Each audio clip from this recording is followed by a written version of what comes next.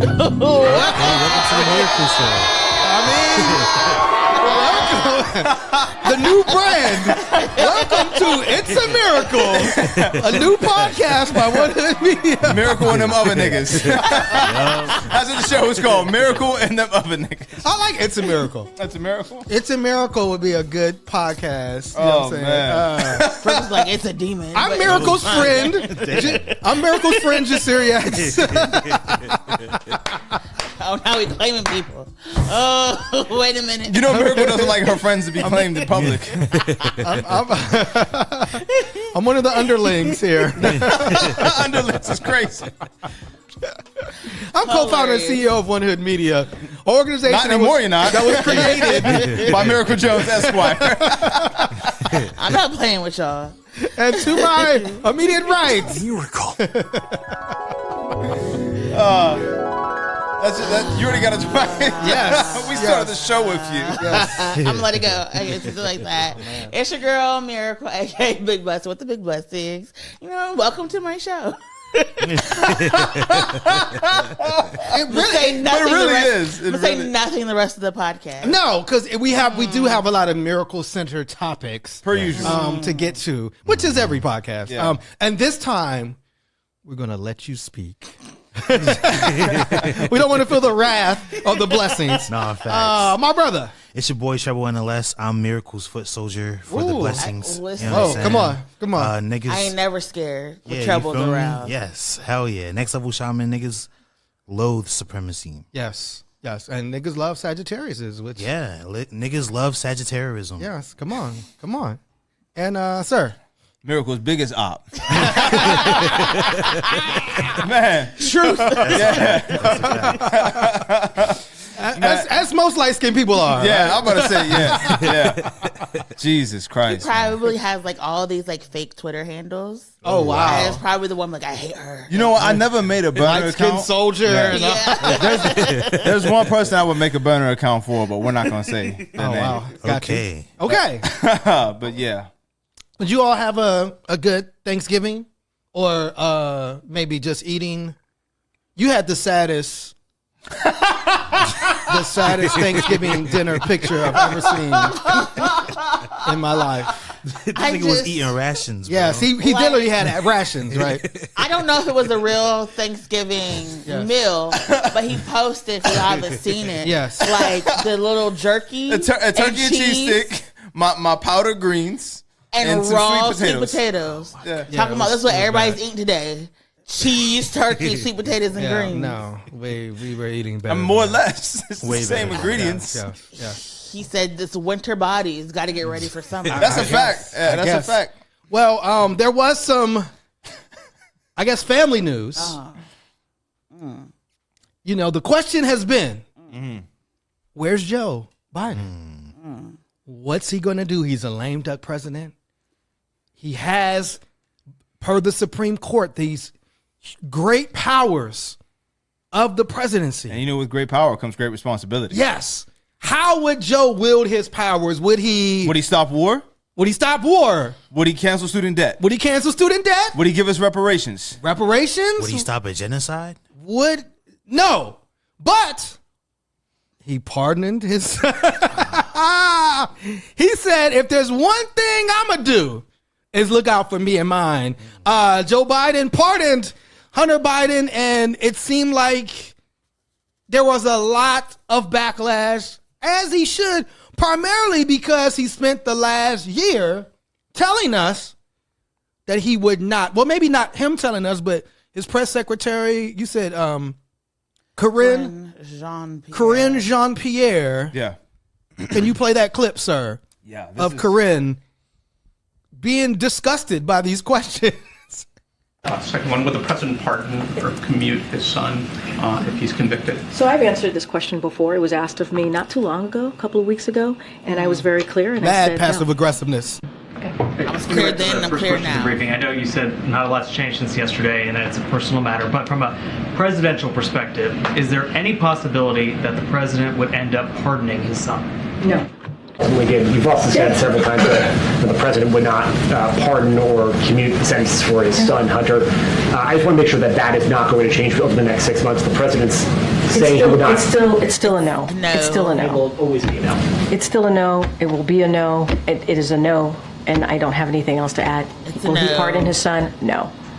And the lie detector determined that was a lie. That was a huge. No. I cannot wait. I mean, it's like I want the next, press conference should be like the next time she has to speak before. I wouldn't come out. If I was her, I would resign right now. Cause like you done had me go up here and say no all these times, and then you went and pardoned your son.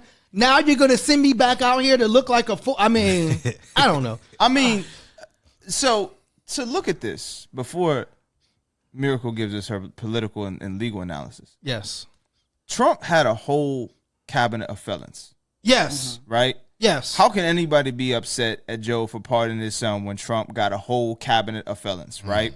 Now, am I saying Joe is wrong for pardoning his son? I don't know. Because if my dad was president and I caught some charges, you better believe I'm like, yo, Pops, like, hold me down, nigga. Don't hold me up. You know what I mean? Yeah, I think that the problem with that and is that Biden and Harris and the Democrats were supposed to be different. Right. The party of I get it. values, the Yeah, party yeah. of we're not the liars, we keep our word. My final thing I'm gonna Yes. say. Biden is petty and he's a liar. So why would I expect him to act any different when he's on his way out of the presidency? Like, he told us he was going to cancel student debt when he was campaigning. He tried. Did he? He tried. Well, the Supreme Court, not some of his, he didn't cancel all of it, but like I said, I mean, you could have executive orders right there, bro. Right. Just put a signature on that bad boy. I don't know. I look at this as him sending his farewell to the United States of America with a giant middle finger. That's how I look at this. As he's just like, fuck you guys, I'm going home. Eric Cartman voice. And me and my son gonna go smoke crack. You know what I think it's interesting that one of the founders of the crime bill then pardoned his son when he was so hard on crime. Oh, yes. Yeah, You know what I'm sure. saying? And Miracle had made that statement, that won her power released that statement. Yes. And they had succinctly said that. Yes. That, you know what I mean, that we would hope that Biden would pardon other people. Right. Facts. Miracle. The One Hood Power Statement says, we are hopeful that in the waning days of his time in office, he will also pardon people who are currently held in federal detention facilities for similarly situated reasons, particularly those whose sentences pertain to persons not to possess and use. Wait, is that right? And use, yes. Oh, and use disorder. Okay, yes. Right. There are thousands of nonviolent people in federal prisons right now for drugs. Miracle, when this news came out. I'm trying to stay off people's list, but here's the thing. Biden, for over a year, had a black woman come out and say that he was not going to pardon his son. Yes. He seems to like to trot out people of color to do his dirty work. Yes. While he sits there and reaps the benefits. Yes. What was interesting to me is that he pardoned his son right before a quote unquote Republican or conservative was about to sentence him, but he had no problem standing by while our sons and our brothers Yes. and our friends Yes. and our cousins were sentenced to mandatory minimums by judges and prosecutors who had no love and care and concern for our communities. Correct. And so when you had the time to show and prove that the same system that sends our loved ones to prison is the same system that can and should send his loved one to prison, he folded. Yes. And that is the problem, because Joe Biden has been a person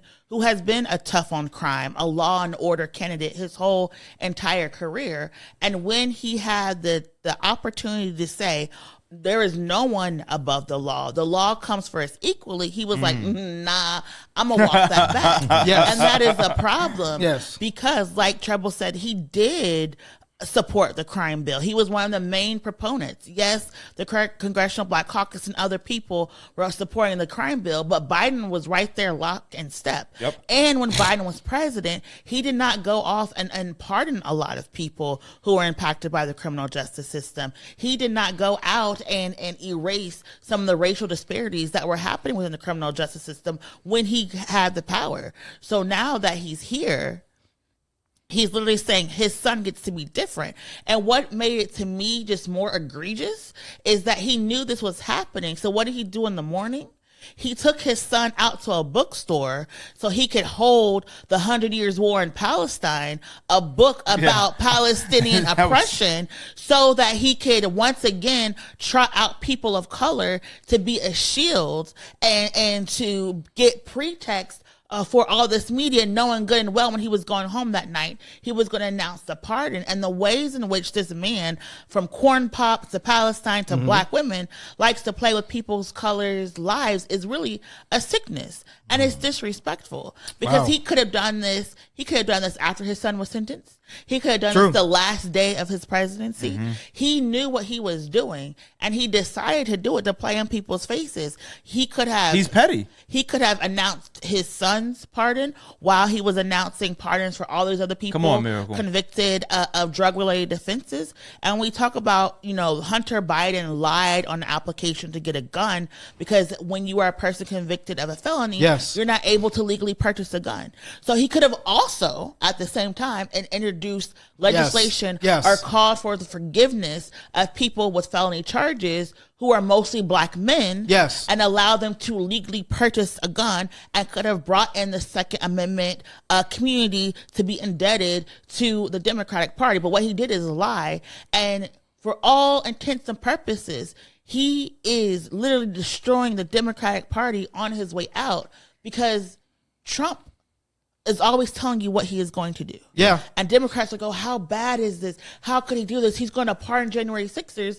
Now Biden has done the same thing. Yeah. And he held it for over a year when he literally could have said, Trump is going to pardon the January 6th. I'm going to pardon my son because I don't want my son as a loving father to be involved in this criminal justice system. And the empathy that I have, I know that my son, like the majority of Americans who have people incarcerated, are going to be going through something. So I'm going to be, a father in this moment, not just the president. And people would have responded to that. People would have respected that. He lied for, it's like you have that one friend that just lies for no reason. Like Biden is this one friend who just makes up stories and lies for no reason and wastes people's times. And now we got to be like, oh, well, let me give you justification for the reason why he changed his mind. When in reality, he could have been like, you know what?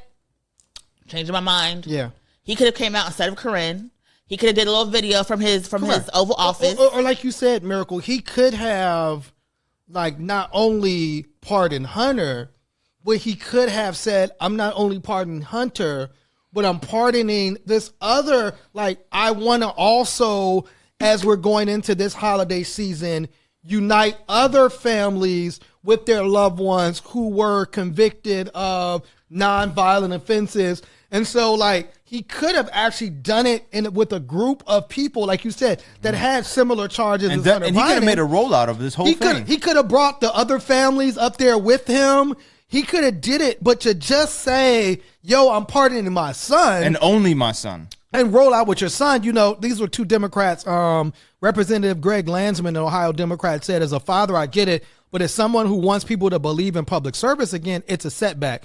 Another Democrat, Colorado Senator Michael Bennett, said Biden's decision placed, quote, personal interest ahead of duty and further erodes Americans' faith that the justice system is fair and equal for all. And I think ultimately that's a great statement, right? Because it's like, oh, okay, because this is your son, and it's like you have this personal relationship with him, he gets these pardons, but we haven't heard about anybody else. It's watch whiteness work. Correct. Yes. I mean, that's really what this is, right? You showed favoritism to one person with a specific case because of nepotism. Yes. And America built wealth off incest and nepotism. Yes. You know what I mean? You know what I just wonder who said that. I just remembered that. So we just heard that Biden pardoned his son. Yes. But we've also earlier this year watched an innocent man go to death. Yep. after being in death row for years. Yeah, something yeah. He did not do. Correct. But his son gets a pardon. Right. Just like that. Yeah. Again, I mean, I think that what Miracle says is like, one thing you can say about Biden as a president is when he saw that like hole in the ground, he was just stepping right. Like if there was some dog shit on the ground, he was just sticking his whole foot inside of it. It's like so many times where he could have maneuvered in a way where he might be president, right? He might have got a second term, or we might see Vice President Kamala. Obviously, like literally, if he makes 2 or 3 different moves, we might be looking at a second term for President Joe Biden. But it seems like whenever a situation was bad, he looked at it and was like, how can I make this so much worse for my legacy and the Democratic Party as a whole, including holding that book? Like, why would you then go into this bookstore and get this book about, Palestinian oppression over this time and then say, oh, by the way, here's more weapons for Israel, right? It's like you're kind of like what you said, like playing in somebody's face we need a bigger term. I mean, this man is like, are you a psychopath? What are you doing? And so it makes you think about, like you said, at least, and it's crazy that we're on This Week in White Supremacy, saying, well, at least Donald Trump tells you to your face, hey, yo, I hate y'all niggas. Yeah. This is what I'm going to do. We've always said that Trump has been if Trump is nothing, he's transparent. I mean, right, transparently terrible, right? Yeah. Now, that doesn't mean that Trump doesn't lie. Right, you know what I'm saying? He Trump lies all the time. Trump's like the nigga that be on the phone with his girlfriend like, yo, I'm at the gym with my niggas right now. You know what I mean? No, you know what I mean? But like, and he'll tell you the truth about some other shit that you ain't want to know about. But he'll be like, yo, where were you last night? Oh, I was at the gym. I was at the Mandarin. It's like you know what Trump's I mean? lies are all trying to make him look better than what he got really the is. best body. Exactly. But it also, crazy. when we're talking about the criminal justice system and people being pardoned, this idea that you have to know a celebrity or you have to know a politician in order to get a fair shot at justice, I think really exposes the failure of like the American capitalist society, where like you have to have access in order just to be okay. Like you have to have access to someone or some type of capital or some type of blackmail in order to just survive and have a fair shot at life. And for people who were going into the most uncharted territory of the United States history, to have people feel like their government is lying to them is going to create an unprecedented crisis that we have not faced in I would say since the Civil War, because now you have a justifiable reason to sit there and say that your government is lying to you. And the government is looking in your eyeballs and lying to you. But now we got COVID, we got H1N1, we have RSV, we have all of these health crises that people are already not caring about because they say the government is lying. And now you have an example of for over a year, your government lied to you. This is going to create, I don't think people understand, this is going to create such a tidal wave of problems that we're not going to be able to address. And at some point, somebody's going to be like, you know what? Enough is enough. We have to restore trust in our government and trust our elected officials, or we're going to have like chaos. And like for me, for one, I'm tired of cucumbers getting recalled. I'm tired of fruit getting recalled. Every day there's meat getting recalled. Like, there's salmonella all in the chain supply. Like if we do not trust the government, you have people getting sick right now because of raw milk, because there's a whole raw milk underground black market of people not pasteurizing their milk because they think the government is lying to them. People are just getting sick for no reason, right?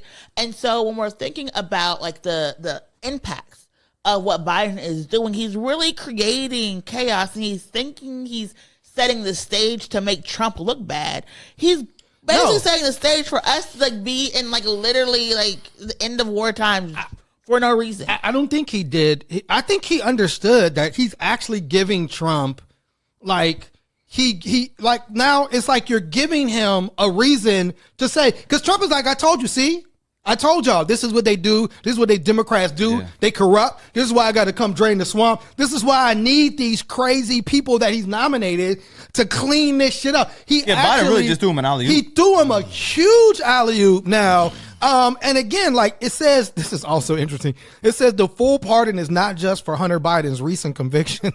For all of his stuff. But covers any crime he may have committed over nearly 11 years. He said, boom. Because he was absolved. Because he recorded himself. Like, here's the thing. He recorded himself turning up doing drugs. You're doing drugs across state lines. Felony. You're taking drugs to other countries. Felonies. Yes. So it's like, what also does Biden know that we don't know that Trump was going to come after him for? I said Hunter Biden was doing his best Future impression. It's kind of funny because like people look at the video that the sizzle reel they say. Like I've never seen it. Oh. I've never seen this video. I didn't even know there was one until today. It's like him doing drugs, snorting coke, partying with alleged prostitutes. Yes. And people, it just looks like it could be like the sickest. But weren't the Bush twins crazy too? They were partying. They were drinking alcohol. Partying, right. But they didn't commit crime. Oh, they didn't commit crime? Yeah. Oh, well, maybe. I guess they probably did. I'm going to be honest. Yeah. I'm about to say. Like that we know about. Yeah. I mean, again, like, I think that part of it is, again, and obviously like Michelle Alexander kind of broke it down with like the new Jim Crow and really showing that if you have that privilege, if you have that skin privilege, absolutely, and if you have that rich privilege, or your father knows the judge, your father knows. Remember that documentary that came out about what happened in like South Carolina where the family like owned the courthouse and they was committing all these murders, the McDowells or whatever, and people were getting away with things because of who's in charge. So that's always been, it's interesting now that like these poor white people are seeing this and now they're upset. It's fascinating as like a group of people who through COINTELPRO has been like persecuted by the FBI since the 60s. Now all of a sudden like white people like, oh, we need to shut down the FBI. It's fascinating to watch, but like Miracle said, it's going to create this destabilization unlike which we've ever seen, But I guess, we'll go from, I guess you could at least say Joe Biden is a loving father. Trump nominated a man for defense secretary whose mom maybe isn't so. Yeah, I would say, how do you defend yourself from your mom? Like when the Secdev, his biggest op and his mom, we got bigger problems as a country, man. Peach Hegseth, and again, it's like, if I would have just died and never learned anything about Pete Hegseth, I would have been fine. Yeah. But the more you learn about this man, the crazier it looks, right? Because Pete Hegseth is such a horrible human being. Can I read this excerpt right here? That his own mom had to write this man an email and tell him about himself. Did you want to read that excerpt? Mr. Hegseth's mother wrote in an email that she was upset about his treatment of Samantha, writing, "For you to try to label her as unstable for your own advantage is despicable and abusive. Is there any sense of decency left in you?" Wow. Well, obviously. So this is how it starts. That's the excerpt that stood out. Here's Penelope Hegseth on April 30th, 2018. Son, I've tried to keep quiet about your character and behavior. Oh, damn. But after listening to the way you made Samantha feel today, I cannot stay silent. And as a woman and your mother, I feel I must speak out. You are an abuser of women. Oh, shit. That is the ugly truth. And I have no respect for any man that belittles, lies, cheats, sleeps around, and uses women for his own power and ego. You are that man and have been for years. And as your mother, it pains me and embarrasses me to say that, but it is the sad, sad truth. Miracle. This man's mom. not anybody like that. Because if it was like one, because I guess he has a mad ex-wives. He cheated on really? all of them. Oh, wow. Yeah, he cheated on all of them. Had families divorced, had families like literally. Yes. Oh, I didn't know anything. Like Donald Trump. So when you see the photo, everybody's like, "Oh, look at this great like white family." Yeah, because like 8 kids, like under the age of 10. And they're like, oh yeah, let me tell you about the mothers. Yes. And the wild part is, so it's one thing to say, okay, that was his former partner. She's a spurn lover. A what? She's spurned. Like, you know what I'm saying? Lover, Like, scorned. I heard the same thing. I'm not gonna lie. What you heard, sperm? Was that what you? His mom. I mean, yes. I mean, and probably yes, that too. But I mean, he has children. He has children, right? A scorned, thank you, Miracle. Scorned lover. So you can say, yo, they just talking shit because they're mad that he came up, he got a better woman. This is his mom. His mom, who is not just saying, if anybody gonna know you, your mom's gonna know you, and like, not you know just what I'm saying, because she's seen all of your relationships, and not just saying you are an abuser of women. That is the ugly truth. She called him a liar, cheater, sleeping around, using women for his power and ego. I mean, this episode needs to be called Meet the Parents. and so This is madness because one parent is like, I'm going to defend my son in the face of the nation. Damn, you know what I'm saying? Yeah. Scrutiny be damned. Yes. And another person is like, my son is a sack of shit. America. Exactly. She says you abuse women over the years. Dishonesty, sleeping around, betrayal, debasing, and belittling needs to be called out. Wow. I mean, you know. I think she's walked it back, but Oh, she did? Damn. this is one of the things. But I mean, we got the email. Mom, come on. This is one of the reasons why I think Watson never stopped calling the Republicans weird.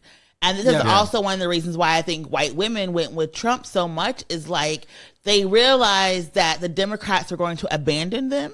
Just like they abandoned like defending white women from these weird men. Yes. So they're like, I'm just going to stick with the devil I know because yes, my sons is weird. Yes, my sons are cheating. Yes, my sons actually probably don't really like women. Yes, my sons are violent. We need somebody to call us out. And if you're not going to do that, I got to stick with this person so they don't hurt me and get mad that I voted against their interest. But yes, this person has had a track record. And I don't know if it was him, but I remember a couple of years ago when Trump pardoned this soldier that was accused of war crimes. I can't remember his name. Yeah, I remember. And that. on Fox News, a lot of these people, I think he was one of the folks who were saying, well, if that man committed war crimes, then we've all committed war crimes. Yes. And it was just like, Do you know what war crimes are? no, these are former soldiers. Yeah. They were just basically admitting that they had possibly killed civilians and harmed people for no reason whatsoever.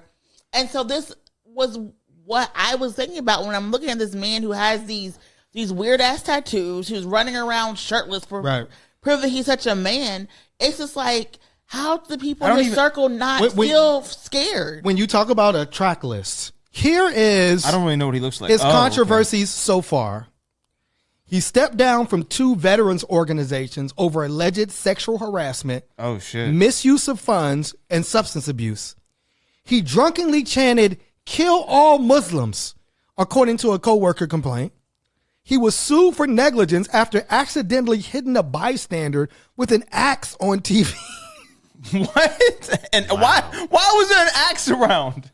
Mother wrote an email calling him an abuser of women, accused of sexual assault, has tattoos associated with white nationalism and Christian supremacy, and campaigned for the pardon of war criminals. So that was just some of all of the stuff that he has done. And Trump is smart because he picks people who have something to lose if they're not loyal to him.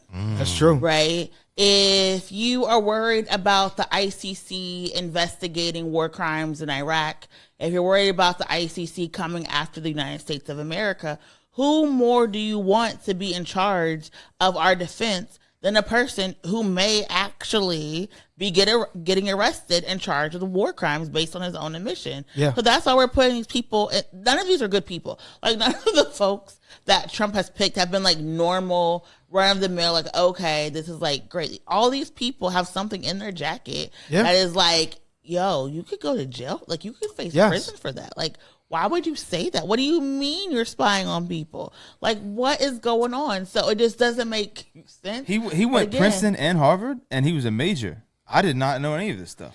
Like, people forget, like, people think like Harvard and Yale and all these Ivy Leagues are like great. No, they're legacy institutions. Absolutely, yeah. Where they're literally teaching you how to use the academy to justify white supremacy and violence, right?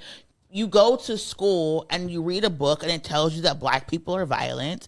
You go to school and you read a book and it tells you that you need American democracy to be spread throughout the world. And it's, your duty, your manifest destiny to spread democracy. And you call that political science.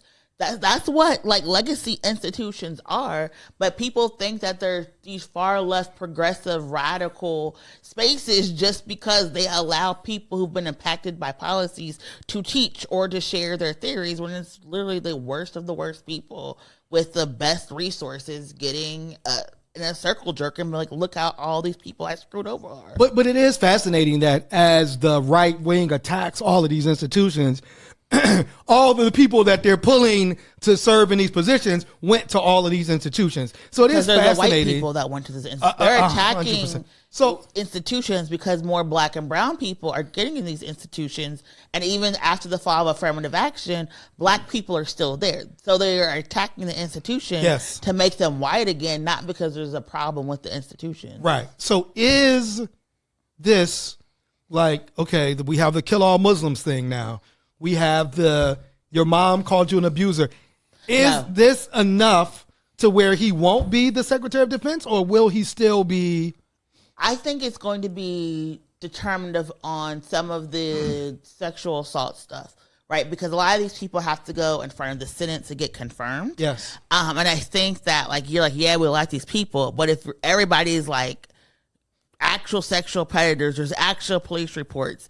If they have the victim who comes and testifies, then it's like, okay, we're not going to do that, right?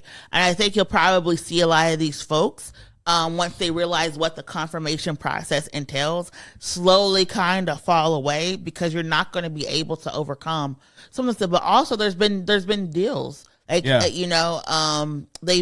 some deals, the Senate Republicans, the Senate Democrats. So there are some people they've already agreed to approve.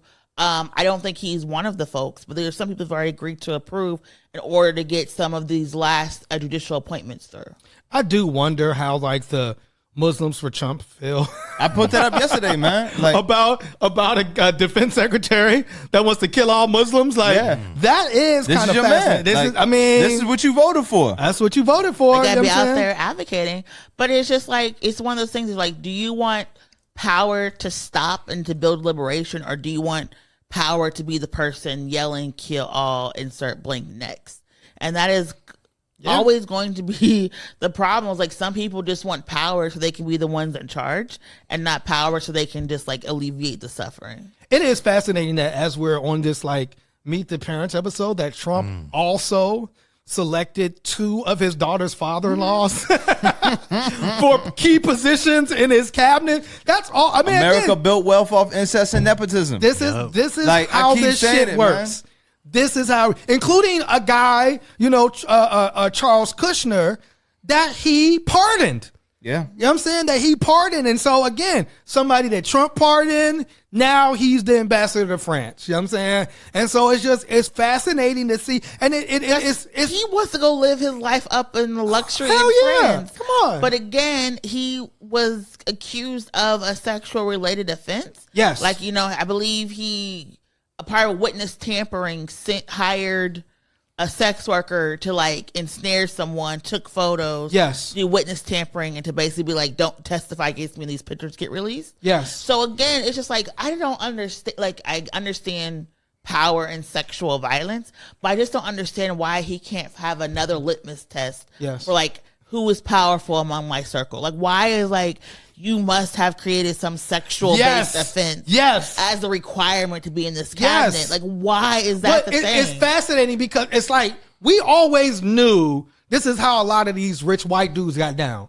And it was like covered up under the veneer of like civility, and we're wearing our suits, and we're, oh no, we would never do that. And Trump is actually coming out and saying, no, this is actually how we get down. It says in 2005, Charles Kushner was convicted of illegal campaign contributions, tax evasion, and witness tampering after hiring a prostitute to seduce his brother-in-law, arranging to record a sexual encounter between the two, and then sending the tape to his sister.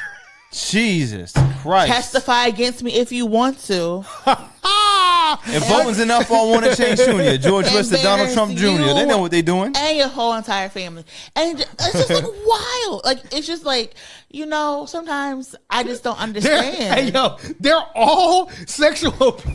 Yeah, like when everybody is a sexual predator. That is crazy. It's like, what's to say about you and then what America voted for? But, and then, it's just... Well, I mean, a whole lot of sexual abusers in this country. And then it's like, then you gonna tell your sexual abuser to come and stand in front of some black people and then lecture us about how this is how we need to be to achieve success in America.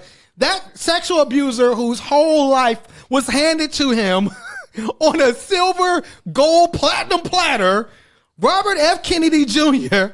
had the nerve to show up. And again, like, okay, I do want to ask this question, like, to the white politicians.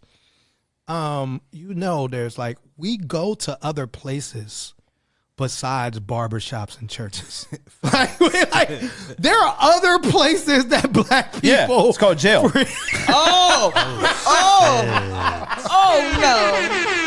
Oh my God. That is very racist, sir. That's what they think. That's what they think. Yeah, that's what we're talking about. So I'm guessing that it looks like they're in. How come no politicians do go to jail and talk to the inmates? It's funny because they can vote, but I don't think that. Yeah, Trump said, instead of going to jail, I'll just put them all in my cabinet. I mean, there's really, man. That way, I don't have to go to jail. I just put all the criminals in my cabinet. Yes.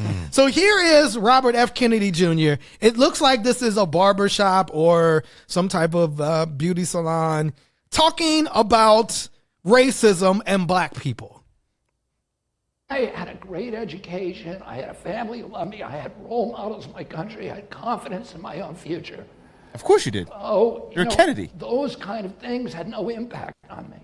Bullshit. And that's the kind of resilience that we want to give the black. Wait. They had no impact on you? So that they have so much confidence. Can you pause that for a second? Wait. I have to hear that again. Is he saying that the money that he had no impact on his future? Name that he had, the education, he had a worm in his brain, had no nigga. The only reason we know you is you're Robert F. Kennedy Jr. Let's run it back. Yeah, but accomplice. No, well, I mean, we probably. Well, I guess he killed a bear, man. He like chainsawed the head off of like a well or some shit. But okay, go ahead, brother. Run it back, please. I had a great education. I had a family who loved me. I had role models in my country. I had confidence in my own future. Those kind of things had no impact on me. Wait, pause that again. What had impact on you? Heroin. RFK. Heroin had impact on. I'm sorry. Keep playing. I mean, wait. You got to go back. That doesn't make any sense. Okay, what are you like? Somebody should have punched him dead in his face. Yeah, right. Somebody should say, "Yo, hold up, shut the fuck up." Like, do you know what had an impact? Talking to? You know what had an impact? This left hand, nigga.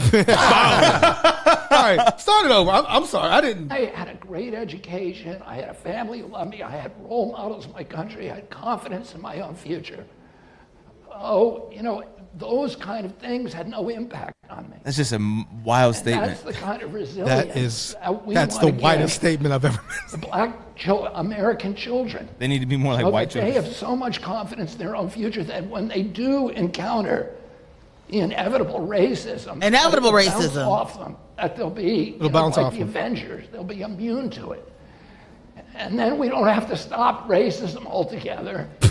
We don't need to stop racism. We just need to make racism bounce off of you. My goodness.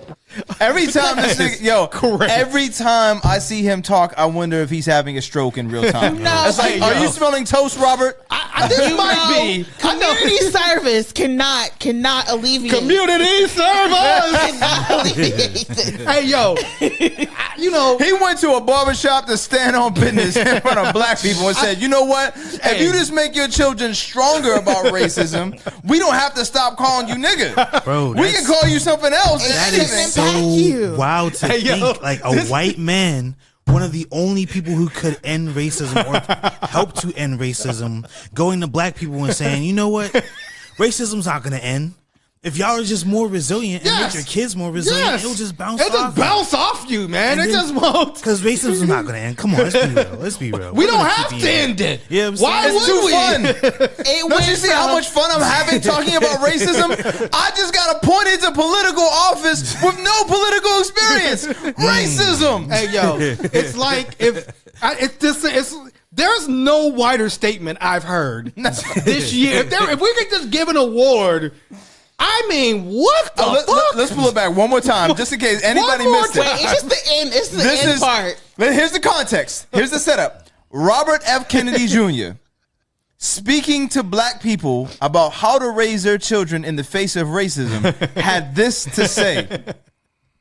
I had a great education. He had a great education. Family loved me. I had role models. I had family, unlike you fatherless niggas. And I had hundreds of millions of dollars. He didn't even put that in there. You know what I'm saying? Confidence in my own future. Oh, you know, those kind of things had no impact on me.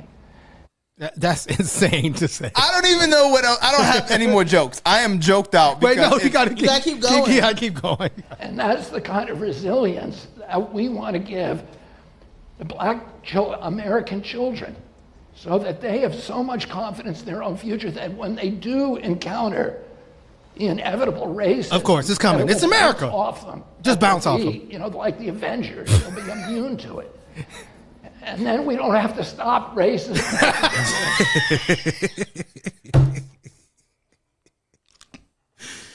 Like what? I just. The Avenger? Can I be like Storm? Is Storm an Avenger? No, she's an X-Men. But she's actually one of the most powerful mutants ever. Who's an Avenger? Who's an Avenger? My God. Like, the Hulk? Hulk's an Avenger. Because then we don't have to stop racism. Because who wants to stop racism? Who wants to spend time and energy stopping racism? I'm just imagining. When all you gotta do is make your children fucking superheroes. If you niggas can be superheroes, then we can be as racist as we want. You already jump high and run fast. All we got to do is make you impervious to racism. And then, bro, I'm just imagining a young black kid somewhere after hearing that being like, you know what? If I was strong enough, we wouldn't have to end racism. It's just crazy. But in all seriousness, though, that is a very dangerous rhetoric because for years they've been trying to make black people resilient. Yes. And then using that resilience as a reason to use more force with police encounters as a way to deny them medical care and or using the examples of the few blacks. Hey, you had a black president. Like, so those few black people that have found a way to navigate through this system, then, all y'all should be successful now. All y'all should be just as resilient. You know what I'm saying? This is a guy named Talbot Swan. He said, Caucasity is Robert Kennedy Jr. lecturing black people on how to raise black children and be resilient. When he was born with a silver spoon in his mouth, inherited multi-millions of dollars from a family trust fund, went to private schools and had a fully paid Harvard education, yet still wasn't resilient enough not to get hooked on heroin for most of his adult life. What are you talking about, man? Right. My man said, yo, I could use a silver spoon.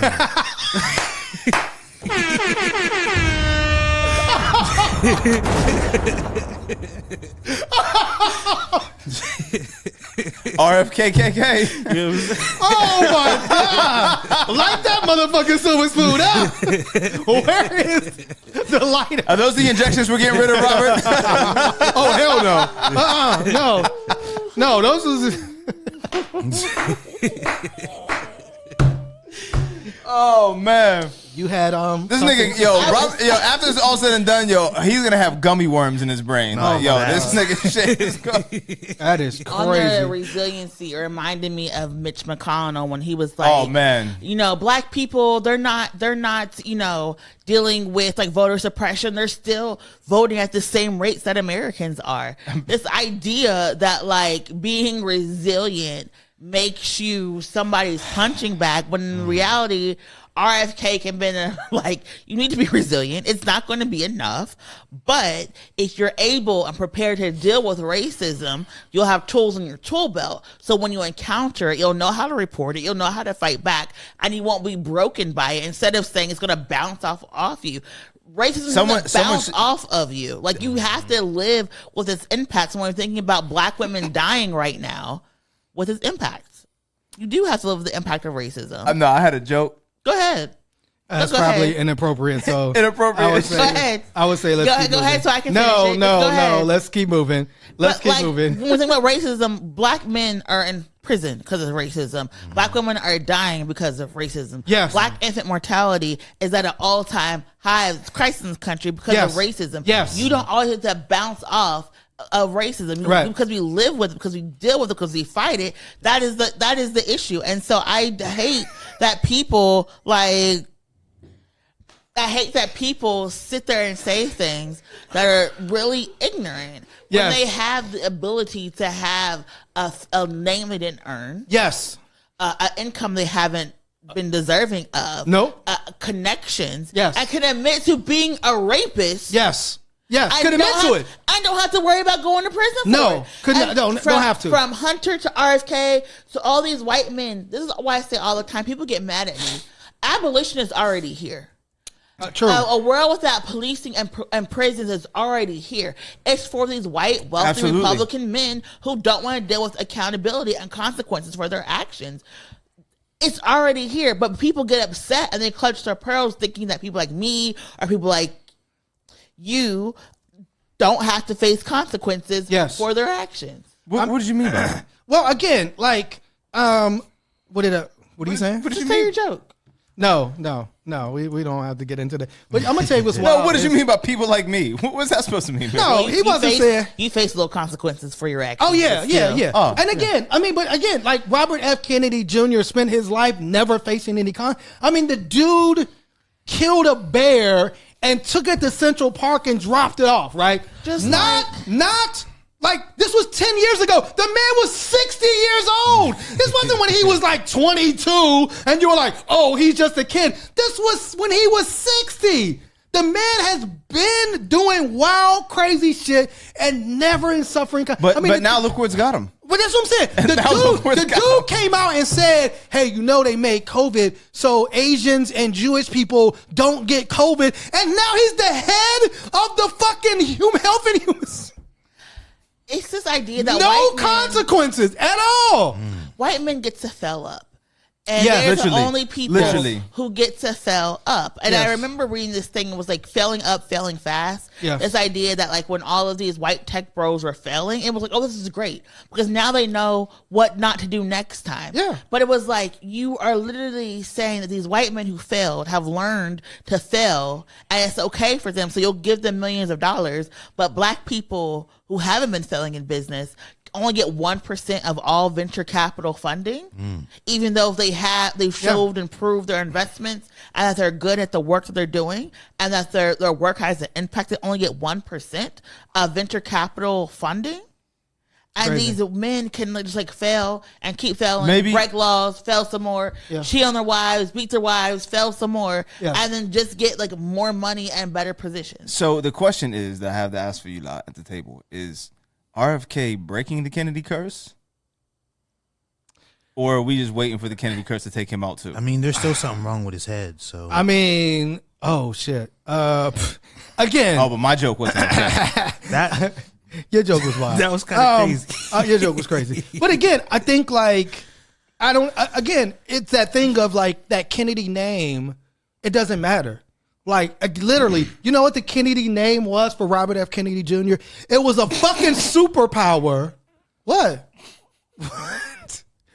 He's keep making jokes. What? He's going to keep having the same joke. The Kennedy name for Robert F. Kennedy Jr. was a superpower that allowed all the bullshit that he did in his own life to bounce off of him. Yeah. And now he's the fucking head of Health and Human Services. Literally, that's what it is. His name was what made him resilient. His name is millions of dollars. So he could do anything. He could fuck up in any way possible. And now he's still where he is today. Listen, it had no impact on him whatsoever. No impact on like decades of heroin use had no impact. Nobody said, maybe that's where the worms came from. But you know what? This is my thing. Crazy. Like, if he can use heroin, why can't everyone else? If you shot in dog food, man, stamp your bags called RFK. I bet you them shits will sell. But my thing is like, if we're gonna sit there and make, why is that disqualifying for everybody else but not you?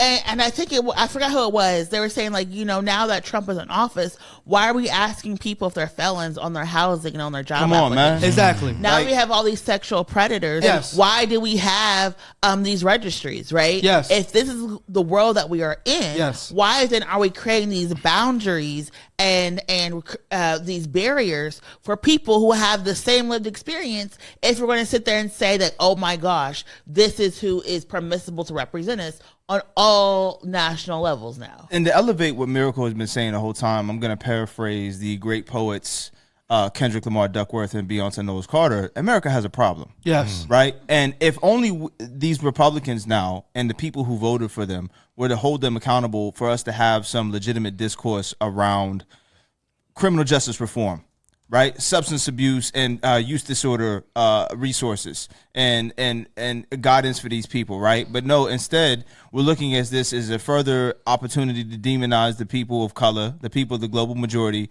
who have issues with the criminal justice, who are impacted with felonies on their record, who do have use issues, right? Who do have issues obtaining a firearm legally, right?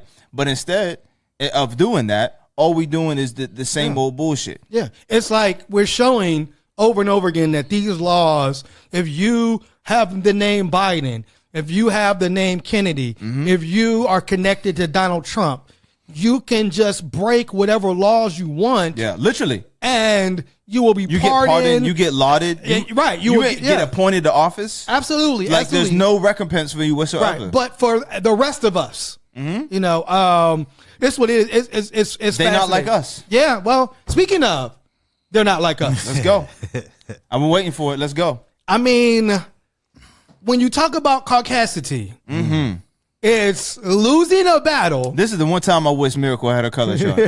The one time I wish the shit was here. Losing a rap battle and calling the police. Like literally calling the police because you lost a rap battle. So for those that don't know, and we talked about, it's funny. The sound of the police. That's the sound of the police. Drake wants justice. Poetic justice. You going to jail. So Drake filed a lawsuit against his own record label, Universal Music Group. He filed actually 2 lawsuits. One lawsuit accused Universal of using bots and using payola to make Not Like Us a #1 impactful song. And the second lawsuit was against Universal Music Group, accusing them of promoting a song that defamed him because the song refers to Drake as a certified pedophile. Now, again, it'll be so, in some type of context, what is interesting about it, if you're somebody that looks at the music and entertainment industry, is one, all the things that Drake is suing Universal for doing, he's benefited from. He benefited from in the past. Yes. Like they use bots, they use payola.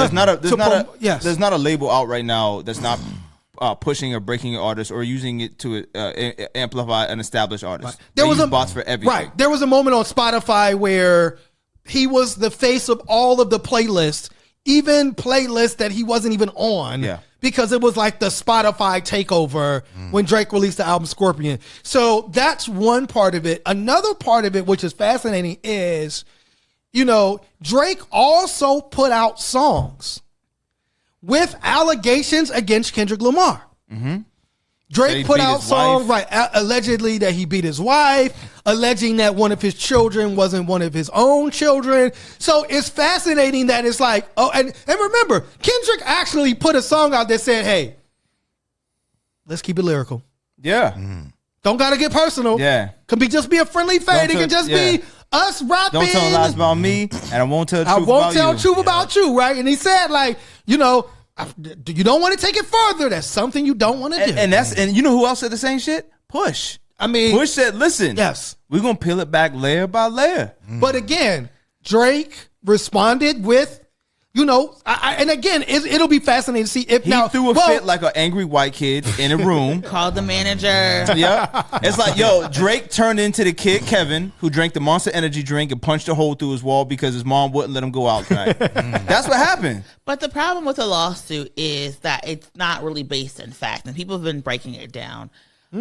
He's mad that this beef has transpired at the time he is trying to renegotiate his deal. Yes. And so he feels like the deal is basically being threatened because the music or the record label can sit there and say, hey, you're losing this rap battle. You're not worth more than what we're already giving you. We may give you less or we may give you the same. The problem is he has benefited from all of these things that he is accusing Kendrick of benefiting from. Yes. At the end of the day, everybody the day gotta end.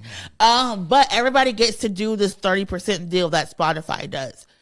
With the advent of AI, anyone who can speak into any type of device can sit there and quote a lyric and the lyric will pop up and the song will play. Yeah. This is not something that is just like unique to him. Yeah. The problem with Drake is that anybody is going to be able to come after him and win a battle when it's based on identity. Kendrick based his whole entire response on the LA, Compton, Oakland sound and the historical narrative of blackness. And that is something that Drake had not really encountered until Pusha T did Story Added On. Yes. Story Added On, but and re-brought up the picture of Drake in blackface, right? Which is a real picture that Drake actually put on blackface and did. Any conversation about like race. What other black person is going to do? Like a real black person is not going to. Yeah, but any other conversation about race, Drake was. Spike Lee made a whole movie. You know, Drake is always going to lose because he has never defined himself as either black or Jewish or both, right? He had the one song, you know, he was talking about his bar mitzvah and just kind of like moved on, right? Right. So any type of identity-based conversation, Drake loses. And instead of being like, you know what, this is not my lane, let me just move and make fun or make a bop. He's taking it personal because he doesn't really know how to navigate the space. Keep making me wave my hand and it won't be no threat. Yeah, because at the end of the day, he's not an American, right? Yes. And so, no, but I'm saying like if you looked at Kendrick's video, he had he's really leaning into the black nationalist movement. Yeah, and black American experience. And it's at a very specific genre. Yes. And yes, he has talked about the 6, but again, the 6 was in Atlanta. It was never in Toronto. So Drake has never even adopted a Toronto Canadian personality where their stories and references is something that specifically like only somebody from Toronto would get. Yeah. And so that has been like the edge over Kendrick that Drake, I mean, that's the edge that Kendrick has over Drake. Right. Because he's making it very specific to his hometown, very specific to his culture. So when people are looking at like, oh, why is Isaac Hayes there? You know, the Black Messiah. Why is all this stuff there? And like people don't get that. These are very specific cultural references to a very specific time period. And people were like laying out Kendrick's albums. And it's very much rooted in black liberation theology. Drake hasn't engaged that as much. He's been like fun, the lover boy, the kind kid. And so the Mr. Still Your Girl. I was going to say, and Kendrick also broke down how Drake in Not Like Us like went to Atlanta and basically used all of that sound to like make him appear like culturally relevant, but he actually was not. He never like as a part of the culture. He was somebody that came and used the culture to his own commercial benefit. I made this point. My friends got mad at me, but I was like, Kendrick's trying to be like the Black Trump, right? In the sense that he's speaking to like the Black anger that people have about being erased, that Black people have about being erased and ignored and used and taken advantage of. He's giving like Black people an outlet to like have conversations and to push back on like culture vultures a little bit. 1,000%. And yes. he's doing it in a way that just tips to the line. Yes. Of calling you out. But he's always been this person. It's just that like you weren't really paying attention to it. Like it's not like he hates Drake because Drake has a number one. Right. He doesn't hate Drake because Drake is like dating or running through his best friend's girl. He hates Drake because of what Drake represents. Yes. Is this like manufactured label darling and Drake, that bastardized hip hop. And Drake represents a person that would sue you, over a rap. Like, how more non-culture can you be? Facts. So, like, instead of just taking your L and saying, like, yo, I lost this battle, like, he won. Yeah, I don't like the song, but you know what? He won. His song prevailed. But, a lot of people believe this is about Drake trying to prevent Not Like Us from winning the Grammy for Song of the Year, Record of the Year, and trying to prevent Not Like Us from being performed at the Super Bowl. That this was but again, that's also a part of like, bro, you lost. Like when you beat Meek Mill, you went to your little festival, you performed the song all those times, like you had that moment, and it's like now you want to take this moment away from somebody else because of how badly they beat you. It's a very white thing to do, and it's a very like non-hip hop culture. Again, you're going to call the manager and the lawyers and the police and a rap battle. Like how much non-hip hop can you get? Yeah, and so it'd be interesting now. Like, what does he rap about now? I keep the Tragic Mulatto. Yeah. If I would, there's two ways he could do this. Again, I said this before. The story of the Tragic Mulatto or Tupac. I ain't mad at you. Go through that lane. But he is mad. But I'm saying there's two ways to come hip hop aesthetically. Yes, or he just go straight into his. He said, "Fuck hip hop. I'm calling the lawyers." Or he just go straight into his summer wave turn up bag. Yeah. Right. If he wants to just like go back and have bops and have fun, like he tried to do with like Sexy Red. There's ways to engage, but like hip hop. At this point, we know him as a certified pedophile. Yeah, true. So a lot of people are hesitant to listen to him. Yeah, and there are people who still listen to Drake because these allegations haven't been proven. Yeah, which I think is kind of sus, but. Drake coming out with Runaway Love. You know what I'm saying? He was like Luda. Like it's like this, like Not Like Us definitely hindered Drake's career majorly. Yes. But he could have just proven those allegations were untrue. Yes. This didn't have to be a lawsuit. Yeah. You know what I'm saying? Yeah. If it's defamation, he didn't have to take this to court. Taking it to court just made him the biggest lame in hip hop history. 1,000%. Yes. And he only did that defamation lawsuit after everyone pointed out you're suing because Kendrick is not number one, but not because he called you a pedophile. But then he did a second filing. Yes. Yes. He corrected yeah. But again, and it's also somebody pointed out, they're like, oh, look, Drake is now trying to move away from blackness. He cut his braids. He's what is it? The away, braids?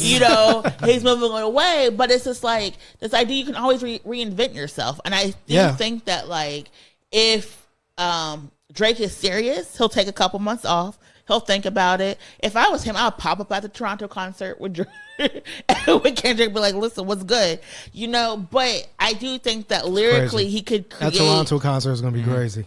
Kind of want to go to, but I'm kind of scared. But it is. It's they get busy in Toronto. But again, this is the thing. It's not like we have somebody from Toronto on the show. We're not going to go there so we can get shot. But the people who don't. No, I was talking about for opinions on this matter. But this is the thing, Miracle. It's like you can't be a gangster that calls the lawyers. Real shit. You know what I'm saying? Like, if you want to argue that's what look what Trump did. Yeah, but I'm saying, if you want to lean into I'm a gangster and I got all my crew and, if you come to Toronto, it's going to be a problem. Nigga, you just called the law on me. Yeah. So, like, how can I then look at you as somebody that's like, not you like a us. gangster, you hardcore? No, you're not. No face, and you got all your black friends around you and look how hard we are. Nigga, as soon as somebody disses you, you're going to call the police and call the lawyers. Get out of here without that gangster stuff. You're not going to do nothing. 50 Cent's been the only rapper who's been able to actually involve the law in beef and not have to worry about people checking his gangster because he's just about the action in real life. I mean, Drake is over here going to basketball games and staring people down as they're playing, but it doesn't equate. It doesn't look 50 real. 50 was shot 9. I don't think nobody. No, but I'm saying like 50 was like, I'm gonna call the law on you. I'm gonna fight you. I'm gonna shoot you. I'm gonna run up on you. I'm gonna steal your girl. I'm gonna stalk you. I'm harass you. 50 also I'm said gonna do like, all the things, right? What did he say? I'll kill you and take the stand in court. Toronto, sir. I mean, we're over time at this point. No. I'm interested in what, again, you're from Canada.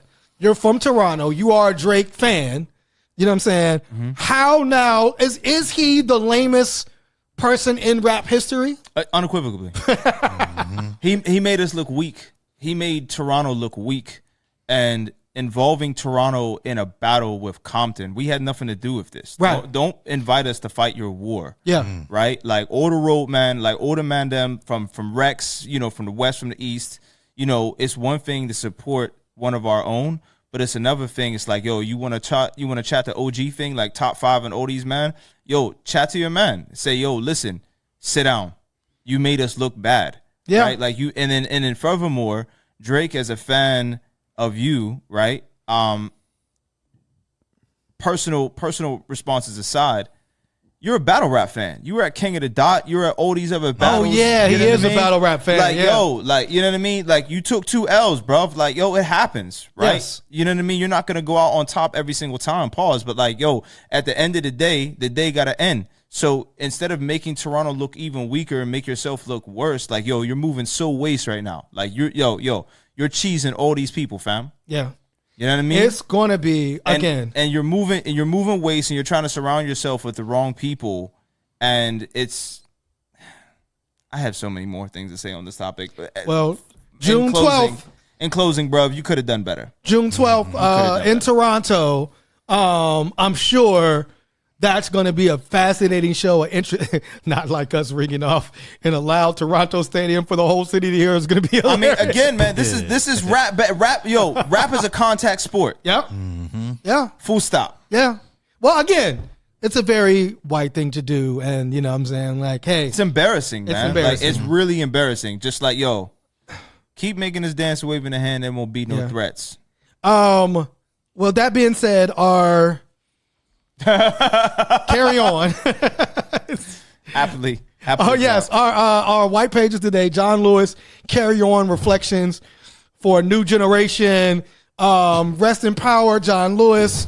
You know what I'm saying? Somebody who what? You want to learn how to make racism just bounce off you. Oh yes. Just carry on. Carry on. Yes, John Lewis. If you want to get the superpower to make racism go, that's crazy. With that being said, as we power up, remember that time it was like a day where all the black people was going to get superpower? We need that. We need that back. We need that back to fight against racism. Lionsgate portal. Yes. With that being said, shout out to my folks in Atlanta, YSL, not guilty. Yes. Thank you. Let's go. Thank you.